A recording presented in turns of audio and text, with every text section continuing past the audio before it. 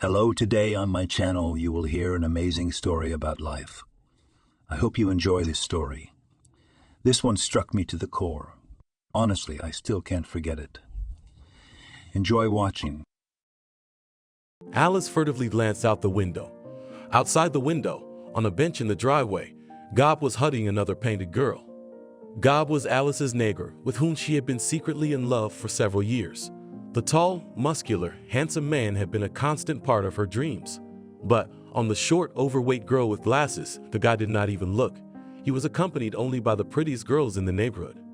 Gob's only wish was to marry the daughter of rich parents and continue to live without doing anything. His dreams were shared by his mother, Ariana.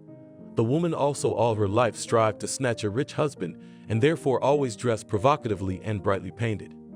Sometimes she managed to get a wealthy man in her net, but he did not stay long with the calculating but stupid Ariana. Mostly she got the same as her, fluffing in the eyes of Alfonso. Ariana even decided to give birth to one of them, thinking that he was a rich businessman. After waiting for the right time to terminate the pregnancy was already too late, Ariana pleased the groom. He laughed in her face and cheerfully admitted that he was not who he said he was, and he needed the child like a fifth wheel on a cart. Angry Ariana tried to file for child support, but the future father disappeared on the expanses of the homeland. And so Gob was born. When the boy went to kindergarten, Ariana began the search for a rich husband. Rich fiancés came more and more rarely, and Ariana began to drink. By the 15th birthday of her son, the woman was already firmly addicted to alcohol. The son was left to his own devices. But despite this, mother and son loved each other fiercely and were always ready to attack anyone who spoke ill of them. Are you looking at Gob again? Grandma came into the room. You should be looking at your textbook, not staring at a bunch of hustlers. You've got the US and university entrance ahead of you. Well, Grandma. Alice looked sadly at her grandmother. In general, Grandma was kind, but for some reason she disliked Gob. And when she learned that her granddaughter has a secret passion for him, even scolded the girl that she had never met before. He only has a face and beautiful and soul rotten and calculating like his mother. Maybe he's not like that, Alice timidly objected. And what to be not so? Boiled grandmother. Mother is a tomboy, father is a swindler. Where can positive genes come from? What, Grandma? Grandma went to the window and pulled the curtains, turning on the table lamp. I promised your parents that I would make a man out of you, and I will keep my promise. You will not ruin your life for the sake of some scoundrel. Alice remembered her parents poorly. They were doctors and often traveled to third world countries to treat people. From one of these trips, they returned with a fatal disease that took their lives in a matter of days. The grandmother replaced both father and mother for the girl. Their little family lived in peace, love, and understanding. Grandma never scolded Alice, but just calmly explained what her favorite granddaughter did wrong. Alice adored her grandmother, and the latter reciprocated her until the girl did not go to high school and, like all teenage girls, suddenly realized that boys are not harmful and cunning creatures, and young boys in whom you can fall in love. So Gob appeared in her life. Previously, Alice did not notice the handsome neighbor. But one day, coming back from the store, her package did not withstand the handles and all the purchases fell out on the stairs, on which Alice went up to her apartment. With a gasp, the girl rushed to pick up everything. Gob came to her aid, coming down to meet her.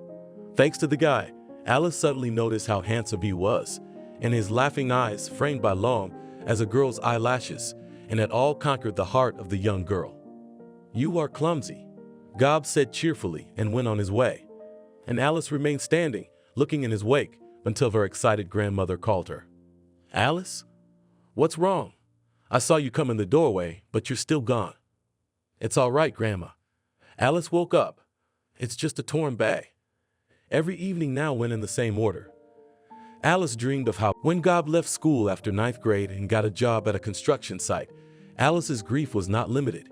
If not for her grandmother, who assessed the situation in time, the girl would have completely abandoned her studies, suffering from undivided love and from the opportunity to see the object of his affection. Alice, I understand. First love and all that calmly, but strictly began the conversation woman, but no one canceled the study. You are a smart girl, and it will be a shame if you ruin your education for a boy. And anyway, real men like smart women. If you think Gob is a real man, he's got to be interested in you, and you can't get that with long legs and a pretty face." Alice understood her grandmother correctly and diligently began to study. She understood that her grandmother specifically said about real men and their preferences for the chosen women, but decided to obey and try to study hard. First of all, to please her grandmother, and secondly, so that she had no reason to be angry with Gob. Alice returned from school, carrying a heavy bag with textbooks. But who came up with the idea of having a textbook even for physical education? Alice went into her senior year, 11th grade, without a single B. Grandma was happy and no longer reminded her granddaughter about the genes of Job. What a horror. Alice sighed quietly, stopping to rest. "Need a hand?" It sounded nearby. Alice turned around and was speechless. Gob had offered her help. Without hearing a reply from the girl, the guy easily picked up her bag and went forward. "Wow, what heavy. It turns out knowledge," cheerfully said the guy. "Yes," smiling embarrassedly, the girl replied, catching up with the assistant. All the way Gob Joe said something, occasionally turning to Alice, but she only smiled, deafened by happiness. The girl did not notice how they arrived at the door of her apartment. "Hey, where are you?" The guy snapped his fingers in front of her face. "What? Oh, sorry." Thoughtful, Alice woke up, coming back to reality. "I said, maybe we'll go to the movies?" Gob looked expressively at the bag with textbooks. "At the weekend? Yes, with pleasure." Alice could not believe her happiness. Alice had been dating Gob for several months. After that trip to the movies, the guy started calling her and asking her out on dates. The elated Alice didn't even hide from her grandmother about her relationship with Gob.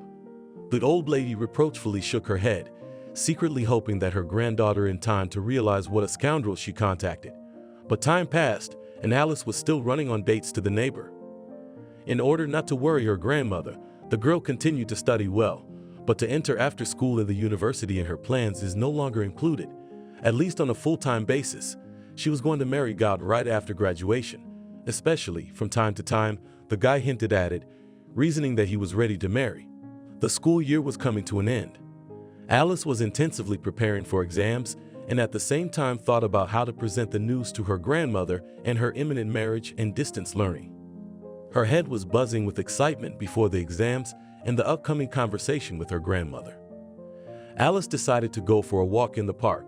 She didn't want to go alone, so she called her friend Lara. Recently, Angelica was something puzzled and tried to avoid Alice. To distract herself from her thoughts, Alice decided to find out from her friend the reason for her behavior. "It's all right, Lucy," Angelica evasively answered the question about problems. "I can see that no." Alice said insistently and stopped. "Let's sit down on the bench and you will share everything with me. Together, I'm sure we can solve your problems." "More like yours," said Angelica quietly, sitting down on the bench. "Why mine?" Alice did not understand. "I didn't want to tell you that, and that you live in ignorance, as a fool in love. Too, I do not want." "What's wrong?" A chill ran down Alice's spine. "Look," Angelica gave her friend her cell phone. From the screen she looked at her smiling Gob in the arms of some girl. So, maybe it was a relative of his. Alice could hardly believe what she was saying. Gob didn't have any relatives. Did he? Angelica slid her finger across the screen, and Alice saw Gob kissing the same girl passionately. But maybe. It's an old photo. Alice grasped at her last hope. Look at the date. Alice stared blankly at her friend's phone. He'd been with her for a long time. It's the new girl from 11B. Her father is an MP. Her mother is a tough businesswoman. Angelica was silent, looking anxiously at her friend. Alice looked at Lara. In her gaze there was sincere amazement and a mute question. Why? But how so? Alice finally said. Listen, Angelica stroked her friend's hand. Everyone knows that Gob always wanted a girl from a rich family. There she is. He's secretly seeing her. He's hoping you'll go away to school so he can tell you that distance killed your love. He could have just told me that he's seeing someone else. Yes? And incur the wrath of your grandmother? Don't forget his mother, when she's wasted, asks you for something to eat. It was true. Ariana regularly begged for food from the neighbors, but everywhere but their apartment was refused. Well, I get it. Alice got up from the bench. Lucy, you just don't get upset. Angelica was worried about her friend's future actions, but she waved her friend away with a new evil grin. Don't worry, I'm not such a fool, thanks to my grandmother, to lay hands on myself or run to the showdown. I've got better things to do. Grandma, Alice shouted from the doorstep when she got home. I've chosen the university I'm going to apply to. Yes. Concerned by the false notes of joy in her granddaughter's voice, the old woman looked out of the kitchen. Well, Alice named one of the capital's universities, but it's in Washington, D.C., Grandma gasped. So, are you doubting me, or did you want me to study closer to home? Oh, no. It's just the capital. We won't see each other much. Well, Grandma, why not often? There's the internet. There's telephones after all. Alice hugged her grandmother. Alice looked sadly at the photo on her desk. Her smiling grandmother was looking at her from the photo. How she missed her. Her grandmother had passed away 2 years ago, but the pain in Alice's soul still lingered. That day, the president of the firm where the girl worked informed her of her promotion to branch director. Alice took the promotion as a matter of course. She worked hard and fruitfully, denying herself a vacation.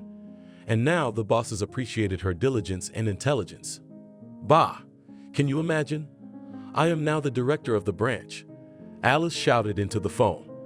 Now I can take you to myself. There was silence on the phone. Grandma, can you hear me? Alice, this is the neighbor, Aunt Naomi, your grandmother. We were going to call you, but you got here first. She's dead, Alice. The girl didn't remember getting to the airport, the flight, the funeral. She woke up in an empty apartment. There was a ringing silence around. Everything seemed alien and unfriendly. There was no strength to stay here, and Alice closed the doors and returned to Washington. The private mail icon flashed. Utility receipts. Alice had visited her hometown only twice since her grandmother's funeral, but she hadn't gone into the apartment, afraid that she couldn't cope with the memories and would burst into tears. The girl stayed in a hotel, visited her grandmother at the cemetery, and drove back to Washington. All utility bills came to her by email. Alice paid them faithfully for her grandmother's apartment and for her parents' apartment, which her grandmother had rented during her lifetime. Alice had been thinking about these apartments for a long time. She was not going to return, and to rent them was neither desire nor time. The girl began to think about selling.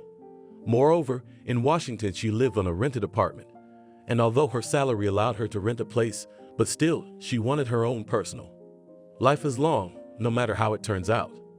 Having estimated the cost of both apartments, Alice realized that she could make a substantial down payment on the mortgage, and mortgage payments will be exactly the amount she paid for rent. The girl started looking for a suitable apartment. A couple of months later, Alice became the owner of a spacious apartment, not far from her office. The girl wandered around the still empty rooms and became more and more convinced that she had made the right decision. The next 2 years, Alice worked tirelessly. The bosses appreciated her work and regularly wrote out large bonuses, each time hinting to her to go somewhere to rest, as the girl completely forgot about vacations. But at all hints, Alice only smiled and went back to work. Thanks to the small expenses on themselves and large bonuses, the mortgage was extinguished at double speed, and by the end of the second year of payments, Alice was surprised to find that to pay a little bit left. It was at this point that she suddenly felt how tired she was. Vacation, the girl decided. Her supervisor happily signed the application, accompanying it with the words, "You know, Alice, I was about to forcibly send you on vacation. You practically live work, and this can lead to a nervous breakdown or even worse, to mental illness. And we wouldn't want to lose such a valuable employee.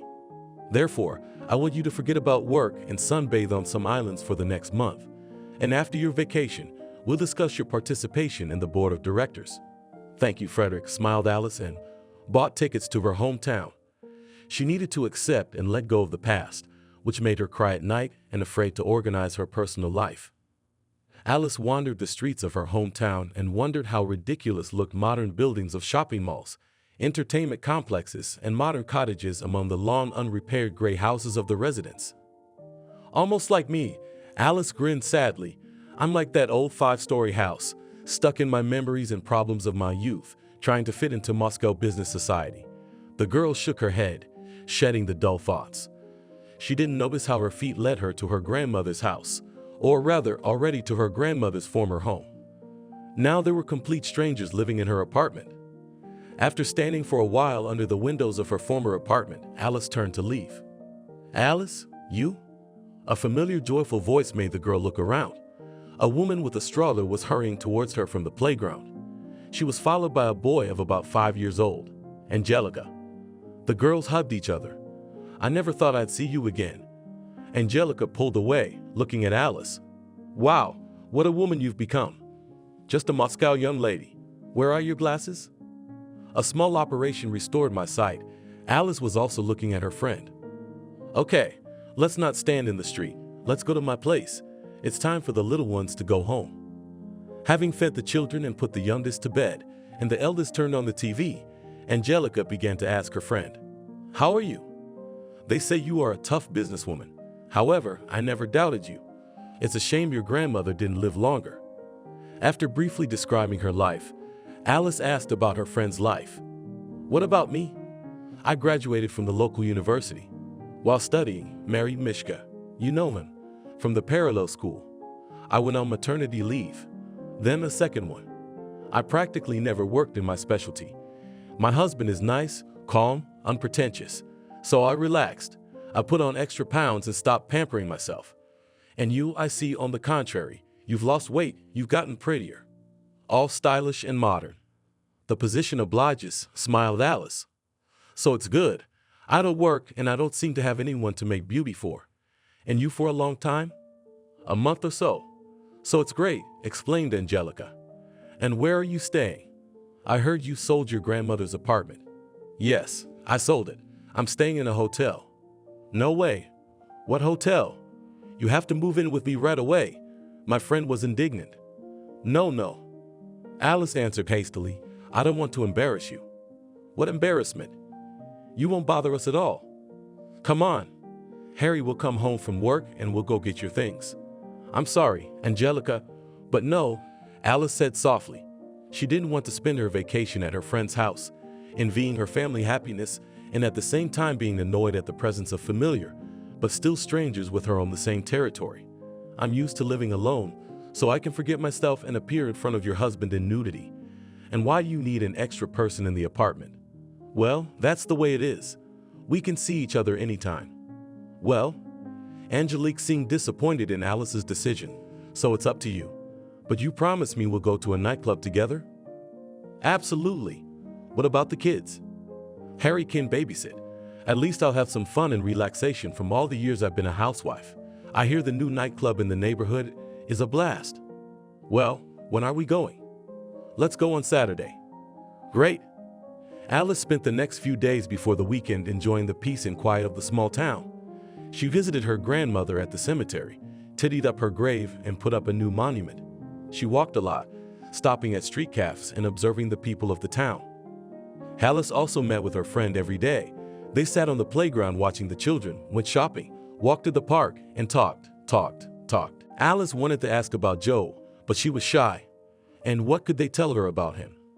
The last thing she had heard about him when she was still studying at the institute was that he had married that girl, the daughter of a deputy, and moved into a cottage given by her father.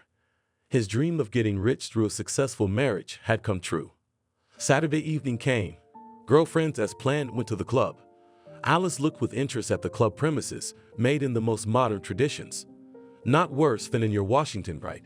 Angelica winked at her, noticing her friend's interest. "In principle, it's not surprising that the owner is a Muscovite." "Yes. To be honest, I've never been to Moscow clubs." Alice took a sip of her cocktail and almost choked. Dob was sitting at the bar, alone. "Well, you're crazy, my friend." Angelica was surprised. "To live in Washington, make a lot of money, and not go to clubs. You're a dinosaur in fashionable female form." "Maybe." Alice couldn't take her eyes off Gob. Surprised by her friend's behavior, Angelica followed her gaze and smiled. "Did you see Dob?" "I see. I hope the old love hasn't returned." "I'm not such a naive fool as in my youth," Alice replied with conviction and forced herself to look away from the guy. That's good. He is still such a swindler. Life has taught him nothing. What do you mean? Alice tried not to look in the direction of the former lover. You know he was married to that. What's her name? Lucy? Angelica furrowed her brow, remembering. Was? Yes, she kicked him out. Why? Her father gave them everything. A house, cars, money for the first time, a job for him and his wife's firm. And God, I guess he took after his mother and decided he didn't have to work at that. Why would he? If he could get by on his own. The main thing was to please Lucy so she wouldn't fall out of love with him and defend him to his father. Daddy tolerated it all, but he wasn't happy with his son-in-law. And God, I still wonder how you can be such an idiot. How can you be so sure of yourself? The young woman was silent, bringing her cocktail glass to her lips. Angelica, come on, Alice exclaimed impatiently. What did Gob do that his wife kicked him out? He was so convinced of his irresistibility and that Lucy will forgive any of his misdeeds that he took a mistress, and not because his wife was stupid and ugly or that he fell in love, but to show how rich he was and how he could manipulate his rich wife and her family. It didn't even occur to him that their money is a tidbit not only for simpletons like him, but also for smart men. Lucy remarried some simple laborer, but he, unlike Filka, smiles at his father-in-law and carries Lucy in his arms. But, judging by the fact that Gob is vacationing at this club, he's got money, Alice concluded. From now, he'd been smart enough to steal from his former father-in-law so he could live on his own for a while. Now he's back on the hunt, looking for another wealthy fool. Where do you find them? Only in clubs like this one. The friends laughed. Suddenly Gob turned and, glancing through the cheering crowd, saw some familiar girls sitting at a table. He jumped up from his chair and headed toward them. Oh, God, Angelica moaned. Not this. Now he's going to show off and tell us what a successful man he is. Come on, Angelica will laugh, smiled nonchalantly Alice, but her heart beat treacherously. Neither Alice nor Angelica, much less Gob, noticed the two well-dressed men watching them from the balcony. Do you think it's her? One of them asked. I do. It's been so many years. If you doubt it, we can follow them and make inquiries. Yes, please do. What a pleasant surprise. Gob had his arms out like a picture. What a super pleasant surprise. Alice? Angelica, it's been years. How many winters? And without waiting for a positive answer, Gob sank into one of the chairs. Girls, can I buy you a cocktail? And again ignoring the answer, the man raised his hand and snapped his fingers, calling for the waiter. Gob, we're having the girls' night out. Angelica tried to get rid of the intrusive beau. Come on, Angelica, come on. What kind of bachelorette party can you have at a club like this? Here, go to have fun and socialize with the opposite sex. Alice, what are you doing here? Gob stared at the girl with all his eyes, instantly forgetting about Lyra. As a guest or on business? Although, what kind of work could you possibly have here? Maybe you're back for good. No, I'm on vacation. Gob's endless stream of words combined with the loud music was beginning to depress her. Vacation? Gob's amazement was so intense, it was like he'd expected anything but. In our little town. Oh my God. Of course, I apologize. Maybe your finances don't allow you to spend a vacation in some decent fashionable resort. Then sure, the girls looked at each other. At that time, the waiter came with drinks, and to brighten up the uncomfortable moment caused by Gob's words, the friends took a sip from their glasses. You know, Alice, Gob, as if nothing had happened, continued the conversation. I came in memory of our relationship with you to make your vacation unforgettable, even in our terrible town. How would you like that? Well, yeah, I don't know. Alice was becoming more and more convinced that her friend was right about Gob. He was still just a shallow show-off. I'm not taking no for an answer. We'll start tomorrow. Gob, satisfied with the impression he'd made, he took the look of disbelief on his friends' faces as their surprise at his generosity and awesomeness, leaned back in his chair, sipping his cocktail and looking smugly at the girl sitting across from him. In his mind, he already imagined how Alice, in gratitude for his generosity, fell into his arms and began to pursue him, hoping for the love of such a gorgeous man like him. In his fantasies, Alice was a poor provincial girl who had miraculously made it to the capital and worked only to pay the rent and once a day to eat a meager meal. Due to this selfishness, he had no idea how high up the social ladder Alice had climbed. "Sorry, babe. All I wanted to do was brighten up your dreary vacation." Gob perked up and looked around. Had he said those words out loud? But no. The girls were smiling, looking at him and sipping cocktails. So, Gob began again with determination. "Where are you staying? I'll pick you up tomorrow. Lara's." "Alice is staying at the Melody," Angelica answered for her friend, grinning as she watched Gob's expression change. Melody was the most expensive hotel in the city. Only wealthy businessmen and artists who had miraculously come to their city stayed there. Great. Gob tried to keep a straight face, but his eyes were running feverishly, giving away the turmoil of his thoughts. His plans to show himself in front of Alice's generous and indulgent to ordinary people rich man flew into tatters. "What time should I pick you up?" "You can join me for breakfast at the hotel restaurant," Alice replied, barely containing a grin. Gob knew perfectly well what the prices in this restaurant himself had been there more than once, being married, but now he could not afford it. Who the hell was Alice now? The man remembered that the girl used to live with her grandmother, but she had died a few years ago. Maybe she sold her grandmother's apartment and now she's getting rich. Dawn Gob. Then we've got to stop her from squandering grandma's fortune on her own. I'll show up late tomorrow so I don't have to pay for her breakfast. I'll think of some reason, decided the man. Who's that whippersnapper joining them? The younger man looked at the other man standing next to him. Walker's ex-brother-in-law, a gambler and an Alfonso. Probably smells money, so he's courting her. Shall I eliminate him? Not yet. Alice didn't know what God was thinking, but she knew he was thinking about her. Or rather, thinking about how to get information about her life and how to use it. It was disgusting. "Excuse me." The girl rose from her seat. "I need to go to the ladies' room." "Do you want me to walk you?" Gob got excited. "No, I can handle it, but you entertain Valeria, or she'll be accosted by some hustler." Angelica jumped, knowing exactly what her friend was implying, but Gob again understood everything in his own way. Coming out of the restroom, Alice ran into a young, stylishly dressed man with expensive glasses. His whole appearance and clothing said he wasn't from around here. "Excuse me," the man apologized calmly, but Alice thought his eyes were scrutinizing her too closely through his glasses. "That's okay," she replied, and hurried away. Instead of returning to her table, she decided to go to the bar for a drink of water. Alice rarely drank alcohol and in very small quantities, and here, she was finishing her second cocktail of the evening. We need to take action. It was the first time I'd ever seen a girl drinking water in a club. The man she bumped into a couple minutes ago was standing next to her. There was no harshness in his voice. Calm and accommodating. "Just thirsty." Alice was about to leave, but stayed standing. "Maybe we should dance." The stranger suddenly invited her. "Why not?" Amazed at herself, Alice replied. "You are not from here, are you?" The man asked, when they went to the dance floor and began to dance.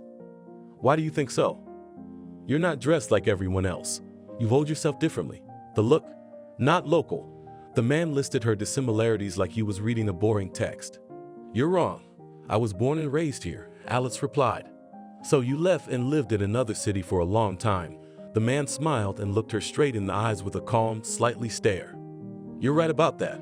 I've lived in Washington for a long time, and this is the first time I've come here in years." Alice was silent for a moment, then decided, "You're not from here either? You have the same signs as me." "Haha, signs." The man laughed softly, and Alice wondered how such an adult and serious at first glance man could have such a sincere, childish laugh. "You are right. I'm here on business. It's my first time in this city." The dance is over. The man bowed gallantly and led Alice off the dance floor. Returning to her table, the girl suddenly found that they had not introduced themselves to each other. "Who cares?" Alice mentally waved her hand. "We'll probably never see each other again. I'm sorry, friend, but I set you up a little." Angelica confessed when they were in a cab on their way home from God's party. "Ow?" Alice wondered. "I told him about you. And, would you believe it, his eyes glistened so greedily that I was afraid. Please forgive me. Now he's going to hunt you down." "Don't worry, Angelica." Alice reassured her friend. "His hunt will be unsuccessful. God willing." Angelica put her head on her friend's shoulder. But you still careful. After seeing her friend off, Alice went to the hotel. Her long absence from the club no one noticed. Gob was too engrossed in Valeria's story about Alice. Alice herself did not say a word about the strange man. As she fell asleep, she thought of him again. Short, dense build, with a rather handsome face and a charming smile. It suddenly seemed to Alice that she had known this man before. "Don't make it up," ordered the girl to herself, and fell asleep. In the morning, entering the restaurant hall to have breakfast, the first person Alice saw was her dance partner from yesterday. The man raised his cup in greeting and pointed with his eyes to the chair across from him, inviting her to join him. Scolding herself for the statement, Alice nevertheless approached his table. "Good morning, you are an early bird, in spite of everything," smiled the man. "Good morning." Habitually, Alice placed her order to the waiter who approached. "I'm sorry, I didn't introduce myself to you." The man smiled again. To Alice's surprise, he stood up, tilted his head slightly and said, "Max Koroblev." There was no bluster or joking in his actions. His face and even his gaze were serious. Alice, the girl, also seriously introduced herself and extended her hand. Maxie shook the outstretched hand and lowered himself into his chair. "That's much better," he smiled again. Talking casually, they ate breakfast and started their coffee. "What are your vacation plans?" Max asked casually. "Do you plan to spend it all here or go somewhere else?" "No, I don't plan anything, as it turns out, but I'll definitely spend the whole vacation here. Who knows, maybe this is the last time I'll visit my town." "What's that?" Too sad to remember, and then Alice remembered that Gob was supposed to have breakfast with her, but he hadn't shown up yet. Not that she really wanted to spend time with him, but still, maybe something had happened to him. As if in answer to her thoughts, Gob entered the restaurant. After looking for Alice, he headed to her and Max's table. "Alice, I'm sorry. I had so much to do this morning. I could barely make it." "Sunday? Business?" Alice tried to make her surprise look genuine. "Business, you know." Gob shrugged his shoulders and glanced at Max. "He doesn't have days off. I see you've already had breakfast. Can we go now?" "You didn't tell me where you wanted me to go, so I didn't know how to dress." Alice smiled and looked at Gob, noticing Max grinning at Gob. "You look beautiful, and your outfit is perfect for our walk." Gob held out his hand to her, urging her to set off. Alice grabbed her purse to pay, but Max waved her hand as if to say, "Go, I'll pay for it myself. I'll make it up to you." The girl smiled gratefully and followed Gob. It was the worst day of her vacation. Gob talked nonstop, not letting her get a word in edgewise. His whole conversation revolved around himself. He emphasized how rich and businesslike he was, occasionally confusing his story. When Alice told her she was hungry, Gob took her to the cheapest cafe, pretending he couldn't find anything better. He spent the entire meal writhing and cursing at the food they'd been served, telling her what restaurants he'd been to and how this one didn't compare to the ones he'd been to. After getting rid of Gob, Alice returned to the hotel, hoping to lie in the bathtub to wash away the atmosphere that Gob had enveloped her with his talk. On her floor, she ran into Max again. "Good evening," said the man, smiling. His smile suddenly made Alice angry. Why had she spent the day with the rogue and liar Gob and not with this interesting and intelligent man? "Are you following me?" Alice asked, not very friendly. "Not at all." Max seemed not to notice her irritated tone. "I live on this floor." "Me too." Alice threw down and rushed to her room, but halfway there she stopped and looked back. Max was still standing there with the same smile, looking after her. "I completely forgot. How much do I owe you for breakfast?" "Oh no." The man's smile grew wider. "I could afford to buy a pretty girl breakfast." "I'm sorry." His boyish smile and friendly tone shamed the girl. She turned back to Max and confessed, "It's been a terrible day. Your buddy couldn't entertain you. My so-called buddy bored me with his bragging and showing off. I sympathize." That kind, soft smile again. "Maybe I could cheer you up by inviting you to dinner. I already owe you for breakfast." "Oh, forget it. So how about dinner?" "I need to change. I'll meet you at the elevator inn." "How long do you need?" "Let's make it an hour." Alice smiled shyly. "Is it that bad?" Max's voice was serious, but his eyes were laughing. "Yes," Alice sighed. "Well, in an hour, by the elevator." Alice allowed herself a bath. then looked over the closet she brought with her. Of course, she didn't count on such events, but her habit of being ready for any situation made her take not only business suits and casual clothes, but also cocktail and evening dresses. Assessing her appearance in the mirror, the girl was satisfied. If Max asked her out just to dispel boredom, she would let him know that she was meeting him for the same reason. The man's admiring gaze confirmed that she was correct in her choice of outfit. Instead of heading downstairs, Max pressed the top floor button. From there, they went up to the attic and then found themselves on the roof. Alice couldn't hold back a delighted sigh. A small patch of flat roof was strewn with rose petals. In the middle was a table set for two. It looked like a romantic dinner. Alice didn't hide her amazement. Yes, Max pretended to be surprised at her conclusion. To be honest, I decided to brighten up your negative impressions from the past day, and I couldn't think of anything better than this. You've succeeded. I've practically forgotten about today. Well, that's great, please. The man helped her sit down at the table and nodded his head, beckoning the waiter over. Alice was dizzy with excitement and champagne. The dinner, as well as the conversation partner, turned out to be simply magnificent. Unnoticeably, she and Max switched to you, and noticing it, laughed. Indeed, Alice waved her hand. It's time to fall in love with you, and I'm all howling. You need so little to fall in love. Max laughed cheerfully, but his eyes grew serious under his glasses. 15 years ago, yes, the girl continued smiling. Any boy in our school would have done it for me, and my heart would have been completely in its hands. And now, Max became serious. I don't think so now. I'm not a young naive girl anymore. I can tell the difference between real feelings and pink dust. Alice suddenly noticed that her interlocutor was not smiling. Max, what are you doing? She got worried. Don't think I didn't regard our dinner as your desire to confess your feelings, and I won't pursue you like a nymphet in love. You've calmed me down. Max smiled, but it was a fake smile. Let's drink to us and to the fact that we understand each other. Things were not going according to plan. Instead of trying to make Alice as comfortable as possible, perhaps even to make her fall in love with him, he himself felt that he was beginning to fall in love. Why the romantic dinner on the rooftop of the hotel? He could have just taken her out to a restaurant. Maybe she wouldn't have looked so mind-blowing. There wouldn't have been a slight breeze in the restaurant that made a few strands fall out of her hair, and they were hugging her neck so sexily. And the restaurant wouldn't have that semi-darkness, giving Max a rampant imagination free rein. And all he had to do was to make inquiries about her, and if possible, to follow her carefully, with whom she socialized, where she went, what she did alone, what she thought about. I don't like this rapid career advancement. Frederick is either completely out of his mind, which is not like him, or he's using her to work for his competitors. Selena nervously put out her cigarette. Selena was Frederick's niece and was eager to join the board of directors, except that her uncle had suddenly promoted Alice to the position. We need to follow them. Follow them? Max laughed. Are you playing spy?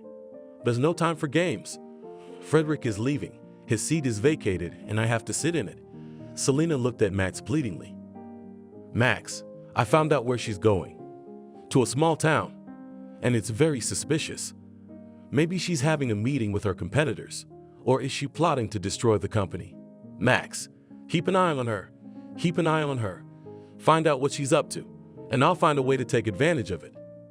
You have a persecution mania, Selene. Max knew he couldn't refuse her. Selena was the daughter of his parents' friends who wanted to marry them. Max and Selena even dated for a while, but the girl's non-serious and limited outlook on life quickly bored Max. In order not to offend her, he introduced Selena to his institute buddy Zhika, the same party lover and the same not thinking about the future. Finding in Zhika a kindred spirit, Selena quickly parted with Max but maintained friendly relations, hoping that he will be useful to her. And that moment had come. When her uncle, Frederick, took Selena to work and immediately the head of the department, the girl thought that so on and will go on. Her uncle will move her up the ladder without demanding anything in return. And then it turned out that the chair in the board of directors will be given to some visiting provincial. The fact that the provincial helped the firm to reach a new level, Selena did not care. She couldn't forgive her uncle for treating her like that. Now Selena, probably for the first time in her life, had a goal to overthrow her rival at all costs. Max, I know you've opened a club there, Selena looked faithfully into the man's eyes. Go and check it out. You'll dig up something on this one too. The club did need attention.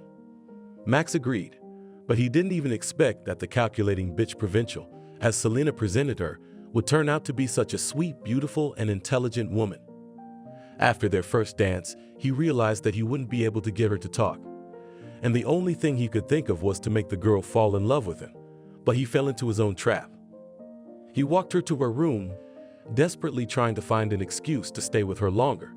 Having come up with nothing, he kissed Alice on the cheek and rushed away, terrified of his reaction to the smell of her perfume and the touch of her soft skin. Alice entered her room and in what was hers, fell onto the bed. Pull yourself together. Max was only kindly brightening your evening, trying to help you forget the negative impressions of the day spent with Gob. The girl tried to convince herself and couldn't. Having spent half a night in bed, Alice got up in the morning completely shattered. The reflection in the bathroom mirror gave her away, a sleepless night and dreams of a man. I'll stay in the room tonight, Alice decided. I'll watch movies, sleep it off. She took a shower and was about to call to order breakfast in her room when there was a knock at the door. Thinking it was the maid, Alice opened without asking. Standing outside the door was a smiling Gob. Hi, how did you find me? Oh, it's not difficult at all. Gob expressively twirled a bill in his fingers, non-invidently entering her room and unceremoniously looking at it. Did you just wake up? Yes. Oh, good. I have a great offer for you. How about some kebabs? Do you know how to marinate meat? I've never marinated. Alice felt herself getting tired of the man's presence. It can be fixed. We can get a ready-made marinade. It'll be settled by the time we get there. I'm sorry, Gob, but I have other plans for tonight. What plans? You're on vacation. Gob, I have things to do on vacation. Why don't you let me help you? And then we'll go barbecuing. Gob couldn't keep up. I'm sorry, but some other time. Alice sat down on the bed after getting Gob out of there. She wanted to lie down and not get up for days. The man was like an energy vampire. There was another knock on the door. Is Gob back? Thought Alice in despair. No, I'm not going to open it. Let him think what he wants. The knock came again. Alice, is everything okay? Max? Alice rushed to the door. The man stood with a large paper bag in his hands and looked at her outfit with surprise. Only now Alice remembered that she hadn't changed after the shower. She was still wearing a bathrobe and a towel on her head. Hi, did I wake you up? Sorry. It's just the maid said you had company this morning. Yeah, Gob was here. He wanted to invite me over for a barbecue. And you did? Well, as you can see, I didn't accept his invitation. Why not? Max realized he was embarrassing himself with his questions, but he couldn't help it. I think I got a cold yesterday. I don't feel well. Alice was happy to make up an excuse. A slight malaise would explain her lack of sleep. Then, I apologize. Max put the bag he was still holding on the table and started pulling out boxes and paper cups. I took the liberty of feeding you breakfast. Oh, that's so sweet, smiled Alice. I hope you don't mind if I join you. Of course not, especially since there's so much to eat. There's no way I could eat it all by myself. Max put his arm around her shoulders and whispered conspiratorially in her ear. I was counting on the two of us, to be honest. Did you want to sneak into my room? Alice asked in the same conspiratorial tone, squinting her eyes. Aha, the man smiled broadly. And to be alone with you. Look, I can decide that you are hitting on me. Jokingly wagged her finger at the girl, trying not to show how she was thrown into a fever by these words. I don't see anything wrong in hitting on a beautiful woman. You, Max, are a womanizer. You leave me no choice, Alice. I've got to get cleaned up. Alice stormed out of the room. In the bathroom, she splashed cold water on her face. What is this? Is he just kidding? Or, no, Max isn't like that. How do you know he's not like that? You've only known him for a couple days. She pulled herself back. After changing into a homemade suit and brushing her hair, Alice stepped out of the bathtub. The table was already set, the boxes were unpacked, the utensils were laid out, and Max was looking at Alice smiling. Alice, what brings you to this town? Max didn't want the question to sound too interested, but he was really curious. I already told you, I was born and raised in this city. And you always come here on vacation. To be honest, it's been a long time since I've been on vacation. I came here to put the past behind me. Is your past so terrible that it's been haunting you for years? Max frowned. He regretted having started this topic, but there was no turning back. On a passing impulse, I'd run away from here, leaving my grandmother alone. To forget my first love, I tried to forget everything, not noticing that I forgot about my grandmother. She loved me so much. But you went away to get an education, thanks to which you have a successful career. What's in all this, if your closest and dearest person is not in the world? Alice's eyes involuntarily filled with moisture. Don't blame yourself for what I'm sure your grandmother was happy about. Max moved closer to the girl and took her hand. I still can't forgive myself that she died alone. His gentle touch made all of Alice's restraint fade away and tears poured from her eyes. Frightened by this reaction, Max pulled her to him and hugged her, stroking her head with one hand. It wasn't your fault. It's just the way things are. You shouldn't blame yourself, he said, trying to keep his voice from shaking. To his shame, that wasn't how he wanted to comfort her right now. You just need to accept it all, mourn and forgive yourself. Have you been at your grandmother's? Do you want me to go with you? I've been. Cleaned up, put up a memorial, put fresh flowers. Well, you see how good you are. Max kept stroking her head. Can you really come with me? Alice raised a crying face. Of course, her look made it hard for him to breathe, and the man, without realizing what he was doing, leaned over and kissed her. She froze and seemed to stop breathing. He pulled away for a moment. Her eyes widened in surprise and her lips opened slightly as if inviting another kiss. He knew he had to stop, but he couldn't tear himself away from those soft lips. His hand slid under her t-shirt and she shuddered and pulled away. I'm sorry, Max barely audibly muttered and jumped up. I'm sorry. I don't know what came over me. I'm sorry. I gotta go. He stormed out of her room, not knowing where to go. His feet led into the hotel bar, where he drank 2 glasses of alcohol. Why had he gone along with Selena and come here? Why, of all the opportunities to find out Alice's plans, had he chosen to meet her? He had to go home now. A few more days with her in the same territory, and he'll lose his head.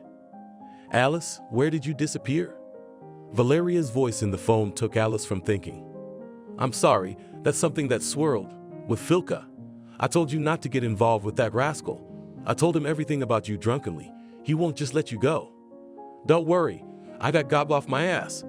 Well, get your stuff and come on over. What's up? It's my big boy's birthday. We're having fun. I'll be right there. Alice had never been to a children's party. She rarely went to any parties at all, except for the corporate parties she was obliged to attend. The kids were running, screaming, laughing, and always in motion. You look at the children so thoughtfully, Angelica came up to Alice. Maybe it's time to have your own. Unfortunately, I can't afford it right now. Why not? The management is planning to give me a seat on the board of directors. If I go on maternity leave now, my career will go downhill and I won't be able to provide for a child. That's a shame, but don't drag it out. By the way, we splashed the cash on a babysitter and we're going to continue the party at the club. How about you? With us? Why not? Alice shrugged her shoulders. They hadn't seen each other since the day Max had kissed her so unexpectedly and then run away just as unexpectedly. Perhaps he'd already left, but what about his promise to take her to the cemetery? Did he forget? Or maybe he changed his mind? I don't have to think about it. Most likely, he has a girlfriend. Such a handsome and gallant man can't not have one. And he, frightened by his momentary weakness, left to her. I just have to go get changed. I don't look very clubby for the club. Then you can come over. We won't wait for you. Alice stayed at the hotel longer than she had planned. First, the receptionist called her, handing her a note from Gob, who again invited her to the barbecue. Then the maid asked her what time she should clean her room. And then Alice forgot her purse and had to go back. In the club, she appeared in the middle of the fun, and the first person she saw was Max. The man was sitting at the table with Valeria and her friends and seemed to have known them for years. Alice, get acquainted. This is Max. Angelica jumped up to meet Alice. Imagine Max, it turns out, the owner of this club. When he found out that it was our birthday, he gave us the best table and champagne at the expense of the establishment. Without waiting for Alice's answer, Angelica turned to Max. Max, meet my childhood friend Alice. We know each other." Max smiled and walked up to the woman and kissed her on the cheek. "Hello." "Hi." Alice pretended that nothing had happened. "When did you have time?" Angelica whispered at her when everyone was seated again. "We live in the same hotel. Sometimes we meet for breakfast." "I see." Angelique lost interest in the conversation. "Hey, who's going to dance?" Everyone jumped up from their seats and rushed to the dance floor. Alice also got up, but Max caught her hand. "Alice, wait, I'd like to apologize." "You've already apologized." Alice slumped back in her seat. "It's okay, Max." "All right." The man was surprised. "Yeah, I get it. You didn't have to hide from me for a few days." "I wasn't hiding from you. It's just I got a call from the club. One of the guards got drunk on his shift and got into a fight with the customers. Broke a lot of equipment. Something had to be done. I've been living here for days." "I hope you fixed it." Alice looked at the man calmly. She could see he was angry, but she didn't understand why. "Yes, thank you. Almost done." "What else?" "You?" "What's wrong with me?" I said it's okay. "I understand. As a man, you couldn't think of a better way to comfort a woman than the way you comforted her. You did it perfectly, and I realize it doesn't obligate you to anything, and I don't expect anything." "Are you saying that I comfort all women in this way?" Alice thought about it, imagining Max kissing some elderly, very upset lady. She grinned. "Well, not exactly everyone." The woman shook her head. "Just, you and I have become friends over the days. So, maybe." "I just wanted to kiss you." Max looked intently into Alice's eyes, then moved as close to her as possible and said, barely touching her lips with his lips, "And now I want to." They left the club together. No conspiracy. They just stood up, held hands, and walked out of the club without saying goodbye to the others. All the way to the hotel, they kissed like teenagers in love, ignoring the looks and smirks the cab driver threw at them through the mirror. "Just don't fall in love. Just don't fall in love," mentally ordered Alice to herself, dissolving into Max's arms again and again. You are bound to forget him at once as soon as you part. But to forget about herself, Max did not let her forget about him. If he was away on club business, he sent her sweet messages, called and told her how much he missed her, and sent her flowers every day. Alice literally bathed in his attention, care, and tenderness. When Angelica found out about their relationship, she sighed with relief. "Well, thank God. I was all worried that you God will give a second chance. I don't give traitors second chances." But Max isn't like that. He's a real man. Even if he's bored with you, he's still being the gentleman. What do you think? Is he serious about you? As long as I'm not serious about him. Come on, it might work out. You're not some village idiot. You're a serious lady with a good position and a Moscow residence permit. And I don't think Max is an Alfonso like Gob. Yes, he doesn't skimp on flowers and restaurants. There. Angelica looked proudly at her friend, as if she herself had matched her with such an enviable beau. In any case, I should not expect a marriage proposal, but I like spending time with him, especially at night. Angelica giggled. That is, Alice did not refuse. Be that as it may, but the approaching end of the vacation worried the woman. How would they part? Would Max want to continue the relationship with her or, smiling sweetly, just escort her to the airport? We need to find out. But how? Alice thought about it for a long time, but nothing came to mind. In the end, she decided to ask Max about their future relationship directly. They were adults and should call things by their proper names. Alice ordered at the hotel restaurant and headed straight to Max's room. She knew he was already back from the text message he had sent her. Max was on the phone and didn't hear her come in. Alice decided not to make her presence known so as not to distract the man from the conversation. "Selena, I'm telling you, she's not involved in anything. She's just here on vacation. That's the kind of vacation she wants. Yeah, I'm sure. I'm more than sure she's not a spy for the competition, and she and your uncle aren't laundering company money. No, it's not because I'm sleeping with her. Celine, why do you need that chair if you don't want to work anyway? Celine, she's a professional. An honest professional. Yes, I'm sure she is. I was with her practically the whole time. No, she's never been with anyone but her friends. No, they can't be from a rival firm. That's it. I don't want to talk to you about this anymore. Bye." Max disconnected the phone and immediately felt a stare. Anticipating the worst, he slowly turned around. Alice, crossing her arms on her chest, stood leaning against the wall and scrutinized him as if she saw him for the first time. "How long have you been eavesdropping on me?" "Long enough." What did you decide? That you didn't have to sleep with me to find out about me? Or were you insecure and decided to spy on me in bed for accuracy?" "Alice, you've got it a little wrong." "Max, just because I fell into your arms like an idiot doesn't mean I can't put two and two together." "Well, thanks for a great time. It was great, especially the bed. Too bad you couldn't find in me the qualities you wanted." Turning on her heels, Alice left the room. Max sank tiredly into a chair. How ridiculous everything had turned out. Why had he started talking to Selena, knowing that Alice was about to arrive? There was a knock on the door. Thinking it was Alice coming back to fight with him, Max rushed to open the door. "I'm going to squeeze her in my arms and kiss her until she stops being mad." Outside the door stood a waiter with a cart. "Your dinner." I didn't order anything." The girl in the next room ordered. The waiter rolled the cart into the room and looked at Max expectantly. He gave the waiter the money without looking and closed the door behind him. Judging by the contents of the table, Alice wanted to arrange a romantic evening. After standing over the table for a few more minutes, Max ran out of the room. He would beg her forgiveness. She owed it to him to listen. The door of Alice's suite remained deaf to his knocks, but Max knocked and knocked anyway. "I'm sorry, but there's no one there." The maid stopped next to him. "Where's the girl from this room?" "She moved out about 10 minutes ago." "How? Where?" "I heard her asking the desk clerk for tickets to Washington." "Thank you." Max ran down the stairs. He'll get her. She wouldn't leave like this without his explanation. There was no way that the planes from this little town were flying with such frequency that he wouldn't catch up with her in time. There was no cab, as luck would have it. Then they hit a traffic jam, which was very rare in the city. It was the first time I had ever been stuck like this. The cab driver was surprised, tapping nervously on the car door. It was true that airplanes rarely flew out of the city, but today the plane to Washington left 20 minutes before Max arrived. He walked out of the airport and dropped right onto the sidewalk. Well, he had time to think about how to explain to Alice about giving him a second chance. "How was your vacation?" The CEO walked into Alice's office.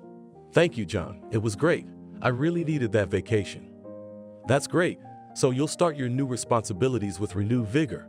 The board of directors has accepted your nomination, so you must attend the next meeting. You will tell us about the work of your branch briefly and share your thoughts on the further development of the company as a whole." The door closed behind John. Alice smiled sadly. Her thoughts took her back to her small town where she had met Max. Whatever it was, she was good with him. Angelica was right. Max was a true gentleman and knew how to woo women, even while pursuing his own agenda. But who's Selena? What's wrong with Alice? She doesn't look like Max's mistress. He was too rude to her. Although, maybe they've been together for a long time and their relationship has become looser. "Alice?" The voice on the intercom made the girl shudder. "There's a man here to see you. He says you know him and would be happy to see him." "Let him in." Secretly hoping for Max's appearance, Alice allowed him to come in. Gob entered the office. "And you flew high, Alice." In his eyes read genuine envy. "What are you doing here, Gob?" Alice greeted her ex-boyfriend not very politely. "I came to Washington on business and I couldn't help but see you. This isn't a good time." "Yes, I understand. Maybe I'll pick you up tonight and we'll have dinner somewhere." "Okay." Alice decided a quick dinner, albeit with Gob, wouldn't hurt. "Oh great, what time do you get off work?" When Alice got off work, Gob was waiting for her. To her surprise, he took her to a pretty decent restaurant and even gave her flowers. At dinner, the man was gallant, which allowed Alice to look at him with different eyes. Maybe Gob was changing with age. Better, more honest. "Where are you staying?" "A small hotel on the outskirts of town. It's so expensive here, I can't afford to stay closer to the center." "That's true," agreed Alice. "So what business brings you here?" "To be honest, I plan to find a job here." Gob looked at the girl expressively. "Do you want me to help you with that by getting you a job at my firm?" "Is that possible?" "I don't think so." "Why not?" Gob seemed very upset. There are no openings in your line of work yet. Well, the man didn't insist. I'll look elsewhere. They chatted some more and Alice headed home. The man volunteered to walk her home. Thank you for a pleasant evening. Alice smiled as they reached her driveway. Gob stammered in indecision. What did he want? Does he really think Alice, will you not invite me for coffee? Embarrassingly asked the man. Believe me, just coffee. I understand what you're thinking right now, but just coffee. Okay, sighed Alice, mentally saying goodbye to getting a good night's sleep. While she brewed coffee, Gob looked around her apartment. Yes, he made the right choice. If he acted carefully, unobtrusively, then perhaps soon the registration in this apartment would become a reality. The main thing is not to hurry. You have a very nice and cozy. Gob smiled happily at the girl when she brought coffee into the living room. In spite of your workload, you've organized your nest beautifully. I can feel a woman's hand right away. Thank you, Gob. I really tried to make my apartment cozy. I don't have anywhere else to go, so I've made sure that the only place I've got is a loving place to live. And besides this apartment, you still have a love? Gob inquired ingratiatingly. My work. Alice looked at him calmly. Was he referring to himself? I meant personal life. Are you wondering if I have a lover? Alice asked the man bluntly. Not at the moment. And he's not in my plans yet. Alice, Gob tried to put all his charm into his smile. Do you really think that love only happens when it is planned? Of course not. Alice instantly remembered Max, but said aloud, only when a person is ready and waiting for it. I don't have time for a relationship right now. Too bad, Gob said, standing up, surprising Alice. It's getting late. I think I'll go. In the hallway, he turned to the woman and said in a heartfelt, quiet voice, You know, I've been thinking about you all these years. And you know, Alice, you are the only girl in my life, which I fell into my very soul. I was too stupid and too young to choose you. If I could take it all back, okay, I won't keep you. Good night. Gob walked out, leaving a stunned Alice standing in the middle of the hallway. He stood on the landing for a moment, hoping she would call out to him, but the doors never opened. Well, Alice has become a hard nut to crack, thought Gob. You can't win her over like that. Well, that's all right. I've had more than one of them open their hearts, beds, and purses.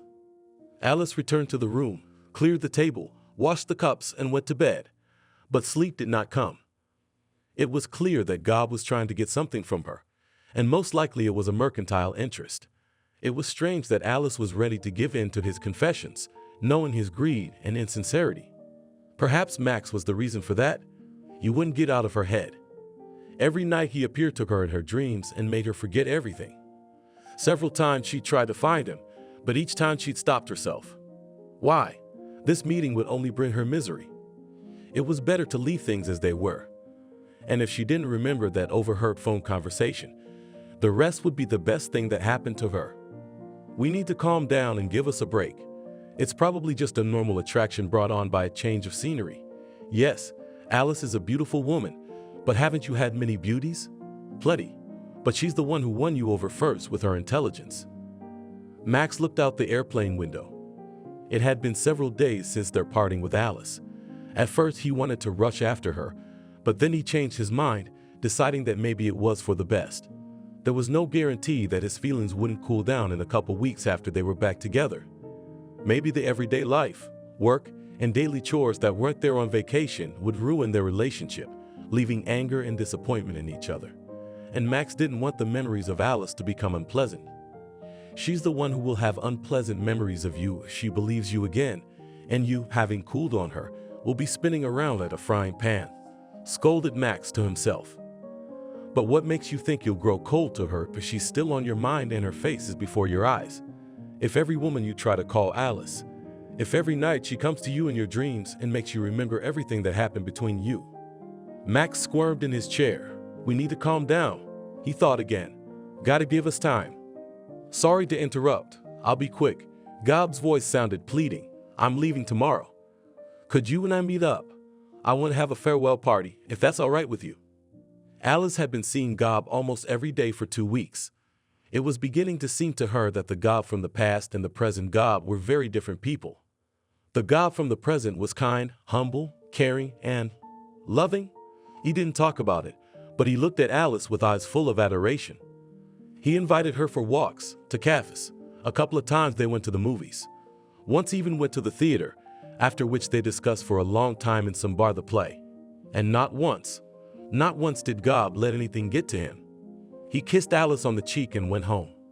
A couple of times she invited him for coffee, but even then Gob did not hint at anything. He just drank his coffee, said his goodbyes, and left. Has he really changed? Wondered Alice. No, she didn't want any loving actions on his part, but his behavior no longer annoyed her. Somewhere she even sympathized with him. Well, the guy made a mistake in his youth. Now he was paying for his actions. However, his behavior during her vacation and now was still questionable. Yeah, Gob, sure. Will you pick me up? They sat in a small, cozy cafe near her home. Why did you decide to leave? You were planning to get a job and stay, Alice asked worriedly as they were served dessert. All this time, Gob hadn't said a word about the reason for his departure. I'd really like to stay, but a man with no education like me isn't very marketable. There are jobs, of course, but they don't allow me to pay my rent and make a living. And I can't afford to live in Washington. But then why did you invite me to meetings? The money you spent could have paid for at least another month's rent. Maybe you could have found a job after all. I just couldn't stay in DC and not see you. But I can't just take up your time, can I?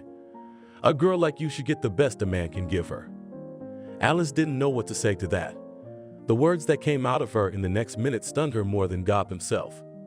You can move in with me. Until you find something suitable. She was silent in amazement at herself. Alice, Gob said heartfelt, taking her hand, that would be wonderful, but it's very awkward of me. It's nothing. Alice was becoming more and more amazed at herself. I have a huge apartment. There's room for you in it. It's just... Yes, I understand. I promise I'll be a gentleman. Gob agreed too quickly and was about to regret it, but Alice didn't seem to notice. That's great. Move in with your things tomorrow. The living room is all yours. Finally, the first step toward a permanent move to Washington, D.C. is done.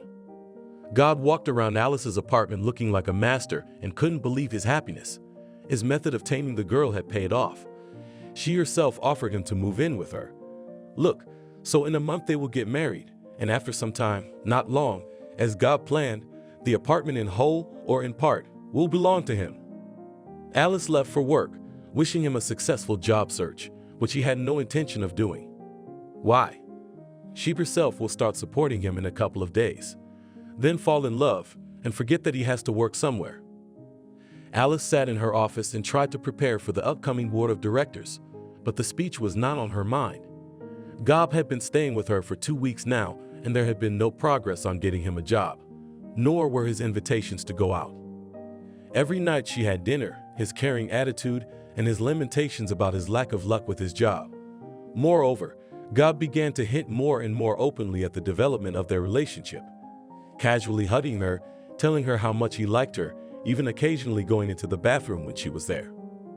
That day, when she stopped by the house to pick up some forgotten papers and saw Gob in his bathrobe, idly walking around the house, she realized that he just sat on her neck, hiding behind his feelings for her. His explanation that there were no interviews scheduled for today didn't convince her. She realized that he wasn't even trying to look for a job in the hope that she would continue to support him. There had to be a way to get rid of the tenant. But how? She'd invited him. Alice, the board of directors is in an hour in the great hall of the main office. The secretary's voice distracted her from her thoughts about Gob's insolence. I'll think about it after the board, she decided. John sat her down in the chair that had previously been his. This was his last meeting at which he was to present Alice to the council. I hope you are prepared. John asked Alice in a whisper and answered himself. Why do I ask? We have never had a more diligent and hardworking employee. If only he knew what was on Alice's mind at the moment. So is everything in place? Began the chairman of the board and also the owner of the company. I see that my deputy is late as usual. Everyone looked at the empty chair next to Alice. Well, nothing. We'll start without him.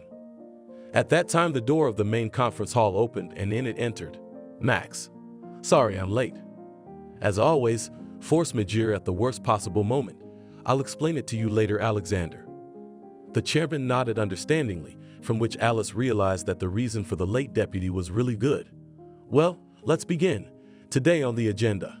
Hi, Max managed to catch her hand under the table and shake it lightly, after which Alice's hearing disappeared and she stopped hearing what was being said at the council. I missed you. Alice? John's shout forced her back to reality. Let us get a glimpse of the new board member. Alice, smiling embarrassedly, stood up. A dozen pairs of eyes were looking at her and she had to come back to reality. You were great. Max caught up with her at the exit of the main office. Thank you, thanked the girl dryly. Still mad? I'd already forgotten about you. I don't believe it. Max took her hand and forced her to stop. Don't be deceived. Don't keep me, Max. I wasn't going to. I'm just on my way to your branch right now. I can give you a ride. Why? Alice was tense. As far as she knew, the deputy chairman of the board of directors had another unspoken function, that of keeping an eye on the security of the company. What had happened at her branch that she didn't know about? We need to be sure of something. Thank you. Let's go.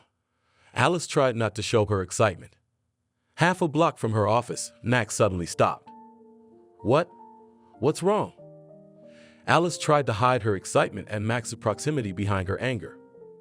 The thing is, my check relates to you, Alice. The man's eyes scrutinized her fondly. And what do you suspect me of? That you are concealing your feelings for me. What feelings can there be for a deceiver? I wasn't deceiving you. You were just spying on me. I swear I didn't mean it. I wasn't spying. That conversation you witnessed means nothing. I didn't gather any information about you. All my conclusions were based on my interactions with you. Even if Selena's suspicions were true, I wouldn't give you up.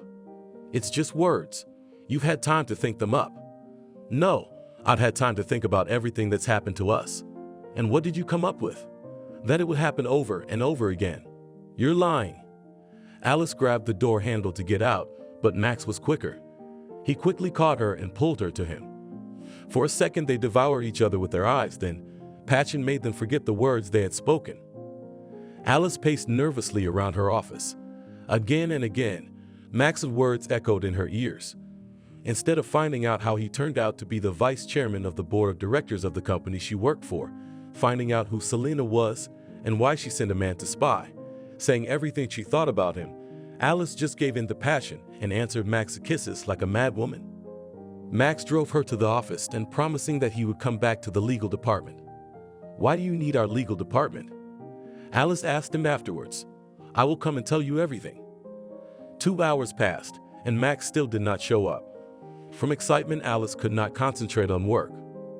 I need to drink a cup of tea and calm down, decided the girl and was about to call the secretary as the office door opened and Max entered.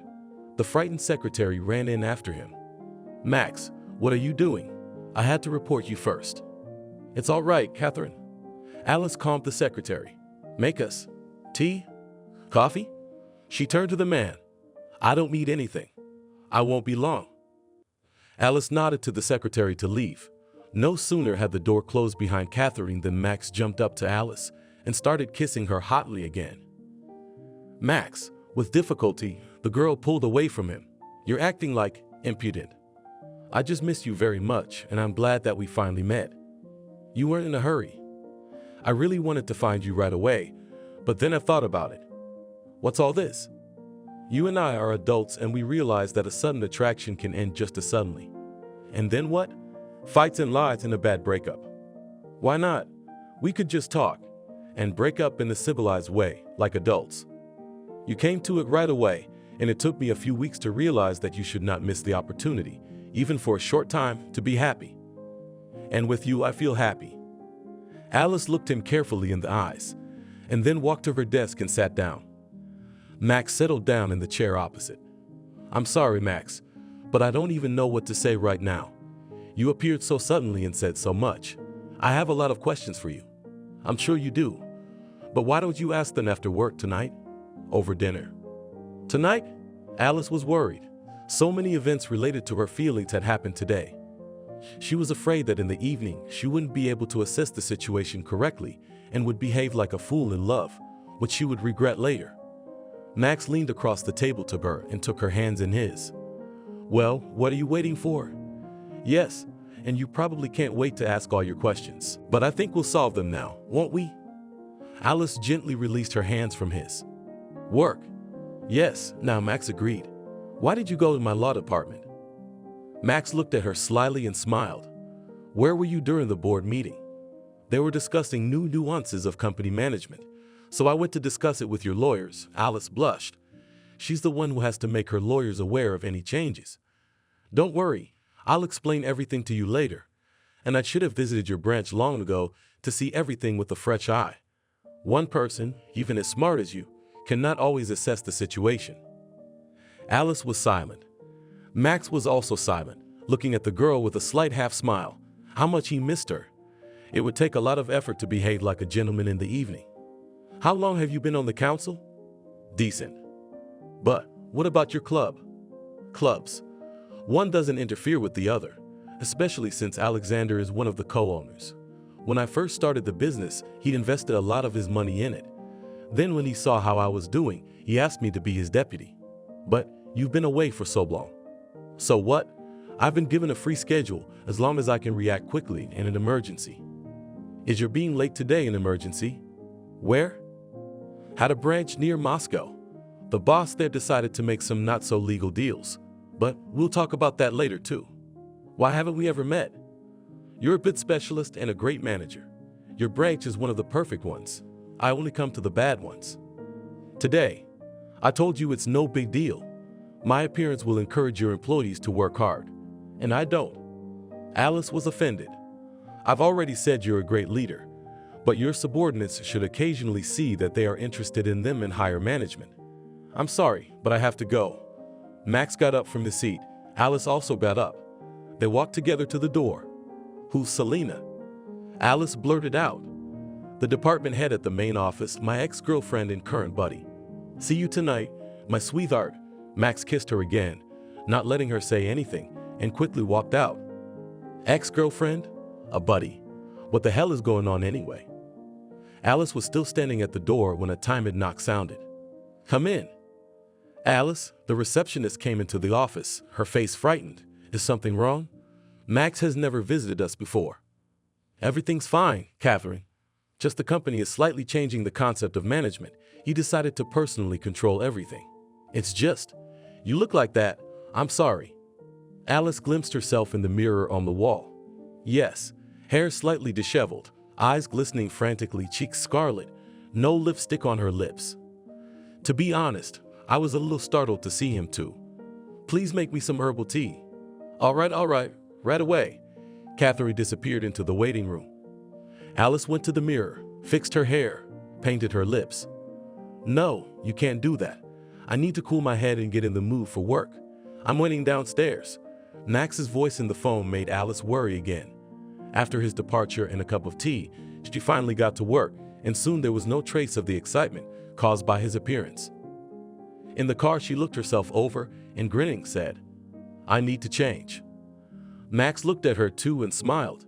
Yes, you can't go to a restaurant in such an overly businesslike appearance, especially for a woman. Then, first to your place? Yes, blushed Alice from his gaze. In the elevator, Max started kissing her. Alice suddenly didn't care what he thought of her. She wanted only one thing, to belong to him right now. The man felt it and his kisses became even hotter. Without breaking away from each other, they reached Alice's apartment, by some miracle opened the door and found themselves in the hallway where they frantically began to take off each other's clothes. Alice? What's going on? Who's that? Oh my God, she'd forgotten all about Gob. Alice, crimson with shame, was buttoning her blouse with trembling fingers, frantically looking for a way out of the situation. Max, unlike her, looked completely calm, even without his jacket and with his shirt completely unbuttoned. Alice, what are you doing? Who is this? Gob continued to ask. Alice is at home and can do whatever she wants, Max answered instead of the girl. I'm not asking you. Gob's face turned red with anger. Max's even tone helped Alice to calm down. Gob, on what grounds are you talking to me like that? Come in, Max. She took off her shoes and walked into the living room. Max was about to follow her, but Gob stopped him by grabbing his shoulder. Where are you going? Gob, Stop this at once," Alice shouted, afraid that he was about to start a fight. Max threw Gob's arm off his shoulder and made his way into the living room, sat down on the couch, and looked at Alice questioningly. "I think I deserve an explanation. Max, why did you believe Gob?" Alice asked, pulling away from the food. The events of the day had made her completely forget about food, and now that everything had calmed down, she greedily devoured the dishes brought by delivery from the restaurant. Why should I trust a man living in a woman's territory? But what kind of circumstances are there? I agree. I'm at your place right now too, but if we decide to live together, I'll bring you to my place, so you can show me the door at any time. So you can walk out on me anytime you want, not humiliate yourself by kicking me out. But Gob doesn't have a place of her own in Washington. So what? If he wanted to live with you, he should have tried his best to get a place of his own, or at least take on the responsibility of providing for you, but not try to compromise you in the eyes of another man. Alice looked at the man sitting across from her with admiration. Could there really be such a thing? He knew at once that Gob was a liar and a deadbeat. Another man in his place would probably not even listen to Alice. "Eat?" Max ordered her cheerfully. "I'm sure it's your first meal of the day. You need to regain your strength, because you won't be able to kick me out today." "I didn't think so," smiled Alice. Max leaned back in his chair and thought. No, he didn't care about work stuff. He was only thinking about one thing right now, Alice. Their relationship had been going on for half a year now, and he couldn't imagine a day without her. They met every day. He'd pick her up after work, they'd go out to dinner or make a takeout order and go to someone's house. Max couldn't imagine waking up at night and not being able to hold Alice lying next to him. Every morning he heard her voice, her laughter, drank coffee with her, and was glad that his day started with talking to her. It's time to change things, the man thought. Enough of these sleepovers at each other's houses. I need to ask Alice to move in with me. He was sure she would agree. Max could see that she had the same feelings for him as he did. So why don't they try living together? Alice took a big sip of coffee and looked at the people sitting across from her in her office with a smile. Do you really think I'm in it for the money? A lot of money. One of the men interrupted her and clarified. Any money. I would risk my reputation and the well-being of a company that believed in me and gave me a chance to realize myself. One of your colleagues took advantage of our offer and now, not working, does not deny himself anything. I even know who it is. Alice grinned, but you're in the wrong place. I love my job, and I'm happy with everything about it. One of the men tried to say something again, but Alice stood up and said firmly, this conversation is over, then picked up the phone. Catherine, escort the gentleman. A few minutes after the guest left, Max came through the door. He was angry. Alice, do you know who it was? Of course. The girl was surprised at her lover's mood. Usually he came to her with a smile and, without having time to say hello, immediately kissed her. What did they want from you? The same thing they wanted from Stone. What about you? Max. Alice looked at the man with judgment. Could you really think that I? No, but you had to call me. Nothing happened. Yes, it did, and to my shame, I didn't know about it. At that time, there was a knock at the office, and hearing a menacing come in from Max, the head of security of Alice's branch came in with an object like a fishing rod. He began to circle the room with the rod. What happened? Alice got worried. Max raised his hand, calling for silence. The device beeped, and the chief of security one by one began to take out small objects from different corners of Alice's office. These men were sent to you, having previously equipped your office with hidden cameras, explained Max when the guard came out. Alice was speechless. I didn't think that someone would have the courage and nerve to sneak into your office and pull this off, since I visit you every day, but my self-confidence failed me. The phone rang and Max was asked to come to the phone. After listening to the person speaking, the man smiled and said, destroy everything. Then he looked at Alice standing as a pillar of salt. The equipment is right, so the criminals haven't seen what she's recorded yet. We'll have to set up an ambush to catch them red-handed when they come for the equipment. But I said no. Alice finally said no. But they need to destroy the evidence. I would have found it all sooner or later anyway. And they're the supplier, and through him and the buyer, it is not difficult to calculate. But who would want it? Someone wanted to compromise you very badly. Why? What does she have to explain to you? Gob shouted again. It's clear enough. Alice is my woman, and for some reason she suddenly decided to go out on the town. But we'll talk to her about that later. You, on the other hand, are trespassing. What makes you think I'm your woman? Alice stared at Gob in a daze. We live together, honey. Had you forgotten? There was so much confidence in Gob's voice that Max shifted his gaze from Alice to the man with interest. I'll let you stay here while you look for a job. That doesn't mean I'm your woman.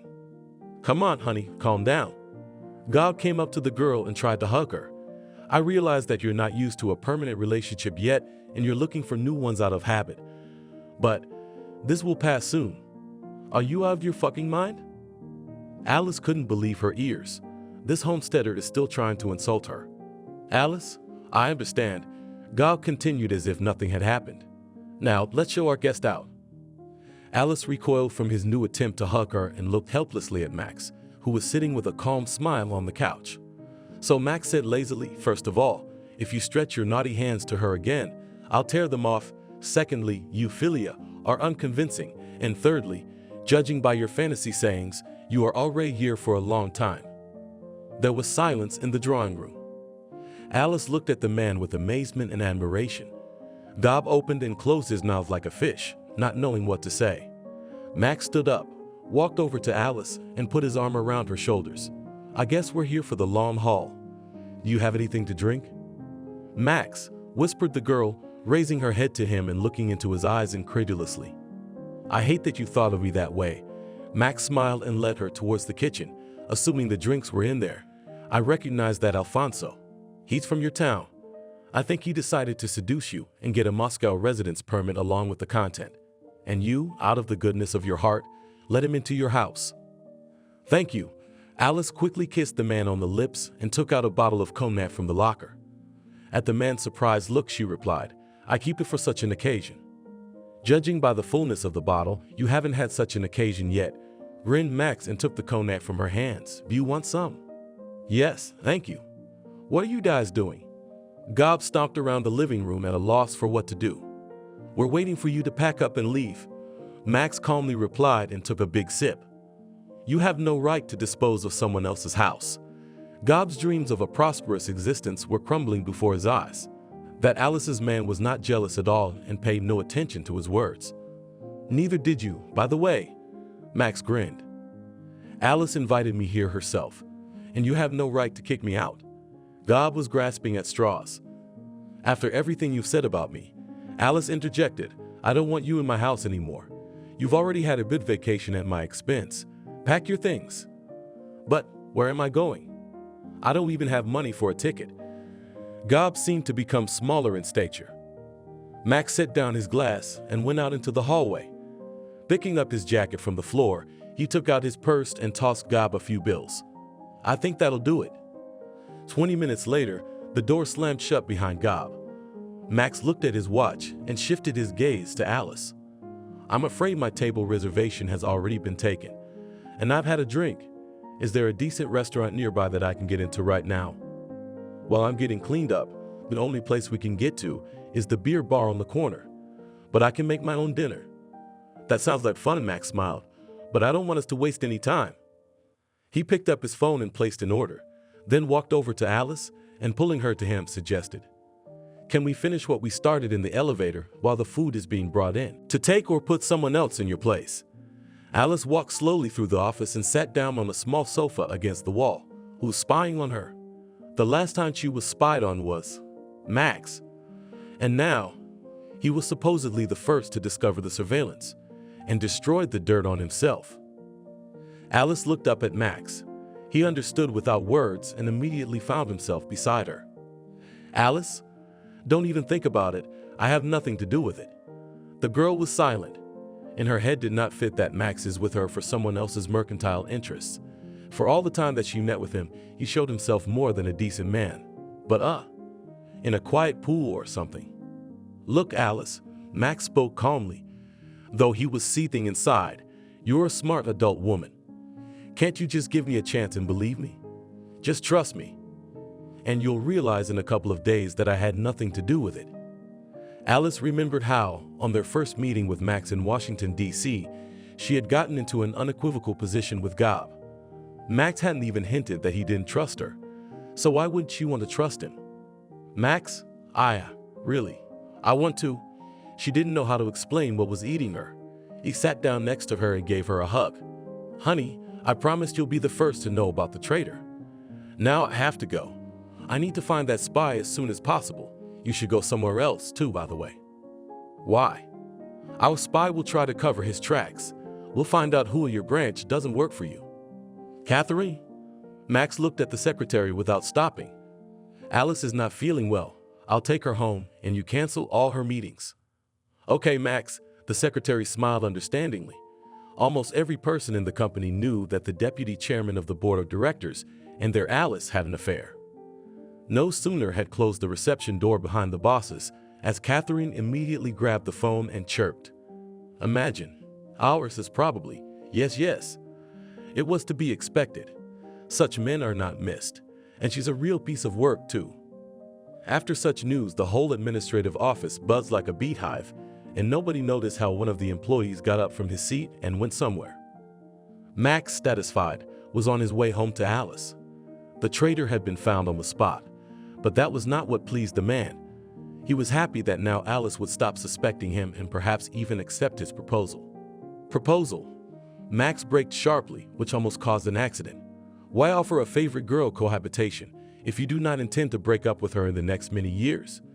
If you dream of her, yes, that's right, give you a baby. Max looked around. As if hearing his thoughts, a jewelry store appeared in front of his eyes. Well, tell me. Alice impatiently helped him undress and even stomped her foot while he drank water. Max's throat was suddenly dry from anticipation. Our conspirator Selena. She never got over the fact that you, not she, had taken the board chair and bribed one of your employees to wire your office. I fired him, by the way. Selena was hoping you'd take the big money and go along with the scam. That's her stupidity. She didn't even realize that there are people smarter and more honest than her. And that not everything is measured by money. I fired her, too, by the way. Is that all? I felt sorry for John. But I'd assure you, she will not be able to work in any decent company, much less in a managerial position. Well, thank God. Alice exhaled with relief. It's worth celebrating. Maybe we can go somewhere. With pleasure. Especially, I have a serious conversation with you. Alice waited impatiently for Max to order, and when the waiter left, she asked excitedly, Max, do not languish. What is this conversation? I love you and I want you to become my wife, said the man, pulling out of his jacket pocket a box with a ring. He had prepared a whole speech about his feelings for her and his desire to be near her, but her eyes made him throw away everything unnecessary and say the main thing.